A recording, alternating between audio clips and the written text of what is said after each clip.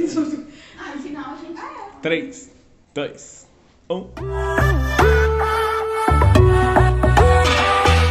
Você levou minhas dores, sua presença me aproximou. Eu estava sozinho. Então, gente, vamos começar para a parte 2. Agora vai ser a parte mais profissional, que a gente vai perguntar para o Neemias. E hoje eu queria saber, Neemias, a primeira pergunta, é como foi a sua trajetória profissional? Porque, no caso, você e a Tia Meire estudaram juntos, ela não seguiu, né, a profissão, hoje ela é microempreendedora, mas e você? Você seguiu? Como foi esse desafio de seguir na área e dentro da igreja? Então, eu nos últimos anos de faculdade eu consegui fazer alguns estágios, né, que foram remunerados, que foram meu início do meu trabalho, e um desses estágios foi a Fundação Filadélfia, que é uma nossa instituição da igreja. Então eu comecei a fazer estágio lá, fazia em outros 2 locais, mas a fundação foi algo que eu comecei. E ali eu fazia mais do que a minha área de serviço social. Eu trabalhei muito mais na parte administrativa. E depois eu saí por conta de outra oportunidade que eu tive dentro da minha área, mas sempre continuei vinculado à fundação, fazendo os trabalhos, os projetos, pela paixão que eu tive lá dentro e também até pela questão institucional, a parte da igreja. E quando eu formei em 2010, então, quando foi no início, final de 2010, no meio do ano de 2011, eu fui convidado para retornar, mas como assistente social. Então, eu comecei o trabalho do serviço social dentro da fundação, trabalhei lá por 6 meses e no ano de 2012 eu fui convidado para trabalhar ao lado da presidência, na época que era o pastor Marcos. Fiquei por 1 ano ajudando na gestão. E em 2013 fui convidado para assumir a gestão, a presidência da fundação. Então, assim, a minha carreira profissional, eu sempre desenvolvi a minha área, sempre trabalhei na minha área e tive o desempenho dentro da fundação. E em 2012 eu tive a oportunidade, que era algo que eu também sempre tive vontade, que foi de dar aula no ensino superior. Sim. Então dei aula no curso de serviço social por 8 anos e fiz também a questão do curso, né? Trabalhei na coordenação do curso. Então, assim, foi algo que a minha profissão, eu sempre trabalhei, foi minha vida, e eu consegui também trazer um novo método para a instituição, do processo técnico, não só o processo às vezes religioso, né, da caridade em si, mas um processo técnico.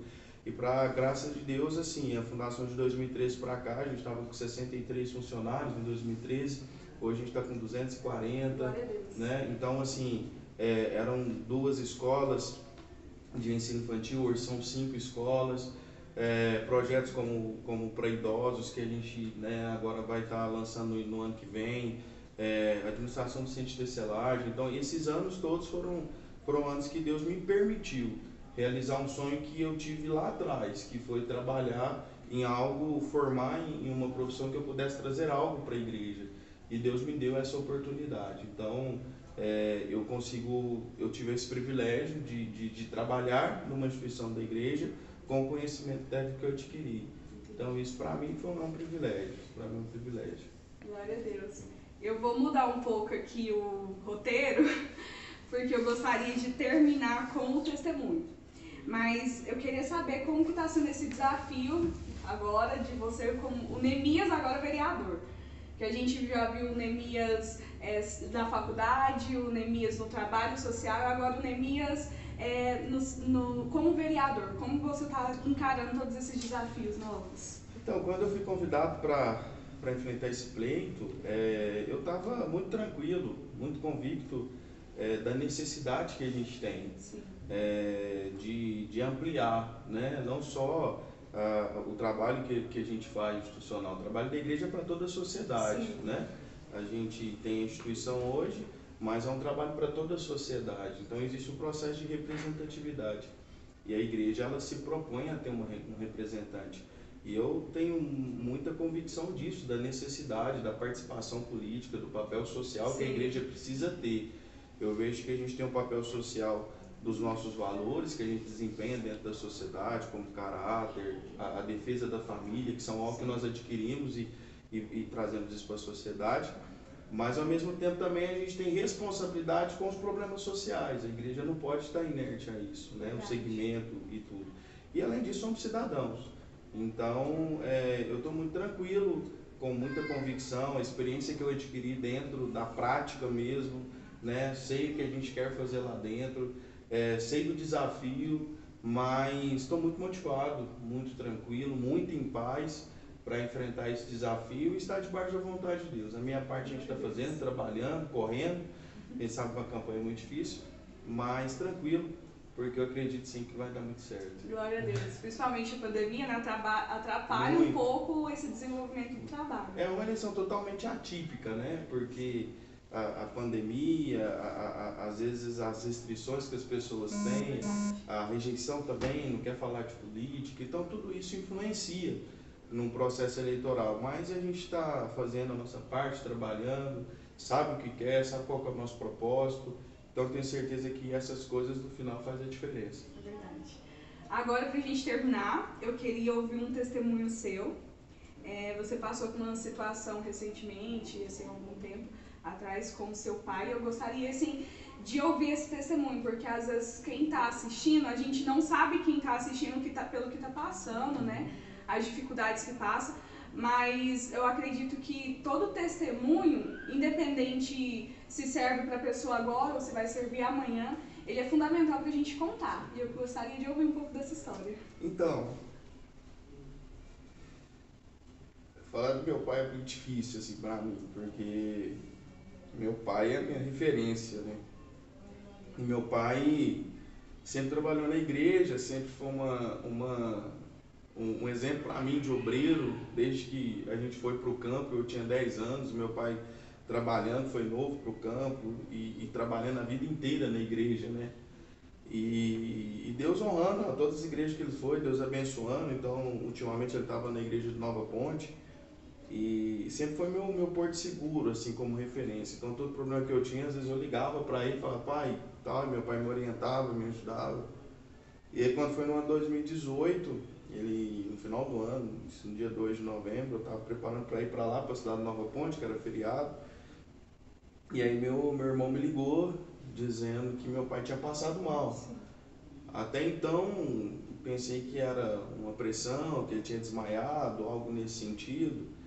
E aí a gente ficou sem informação, mas depois a gente foi vendo a gravidade da situação e tivemos que transferir ele para Uberlândia. Ele veio, o médico já tinha constatado o AVC, ele não estava conseguindo falar e nem mexer, então a gente já sabia que era um AVC, já sabia que era algo mais grave.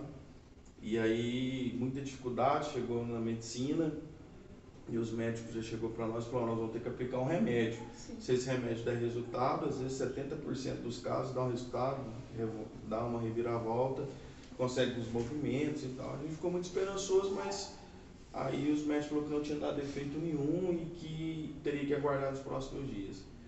E aí depois a gente transferiu ele pro MC e ele começou uma luta, começou um negócio que era uma questão até de fé, porque a minha concepção era que meu pai fez tanto e que Deus iria abençoar ele em tudo, que a gente não passaria por isso, que Deus iria recompensar por tudo que ele fez ali. E aí os médicos nos chamou num domingo, dizendo que não tinha muito mais o que fazer, mostrou a gravidade, falou, olha, o AVC a gente numera ele, a gravidade até a número 7, chegando 7 é a morte cerebral, seu pai tem 6.2, então não tem muita gente fazer. Então a gente vai fazer uma cirurgia, essa cirurgia é abrir o crânio, descomprimir e esperar o resultado. E se seu pai sobreviver, ele fica vegetando. E aí sim foram vários dias, ele fez a cirurgia, abriu, depois teve rejeição e foram 20 dias ali, ele praticamente na UTI, qualquer momento a gente esperando que ele fosse chegar uma notícia ruim. E eu lembro que meu pai fazia aniversário dia 17 de novembro. E aí eu tinha muito medo, eu falava assim, vai ser meu pai, vai falecer e a gente não vai ter o aniversário dele. E Deus foi mudando o quadro, ele foi melhorando, foi passando, os médicos falaram, olha, a gente está tirando a sedação. E no dia 17, para resumir, quando a gente chegou, meu pai já estava acordado, no dia do aniversário dele. Glória a Deus. E hoje, assim, nesse momento, meu pai saiu, fez uma cirurgia, pôs a prótese, deu problema, teve que retirar. E foram mais de 5 cirurgias que ele teve que fazer na cabeça. E nesse momento, foi que Deus me chamou para pastorear. Eu falei assim, Deus, mas o que meu pai ganhou com isso? Né? Meu pai trabalhou a vida inteira e agora ele está numa cama. E aí Deus falou, eu não preciso te explicar, eu só te chamei. Sim. E ali eu aceitei o desafio para pastorear e foi um momento maravilhoso, porque meu pai também pôde ver eu pastoreando, isso ajudou ele a recuperar. E hoje, assim, hoje é difícil para mim ainda ver ele nessa situação, ainda com limitação, às vezes ele ainda não consegue falar, o emocional dele dói muito, porque ele era totalmente ativo e tal, mas eu vejo ele como um milagre, eu vejo meu pai como um milagre. Meu pai está com vida, meu pai já está voltando a andar, não ficou vegetando, como muitos diziam, como os médicos diziam, conhece todo mundo, tem prazer de estar com a gente. E eu acredito sim que Deus vai completar o milagre. Eu nunca perdi a fé, nunca perdi a esperança. E foi um momento também para mim entender que o Evangelho também é isso. O Evangelho não é uma recompensa que a gente às vezes vai ter aqui. A gente às vezes vai fazer a obra de Deus, vai se dedicar a vida inteira e às vezes a gente vai enfrentar problemas. Perder a saúde. Então, assim, foi o meu maior milagre.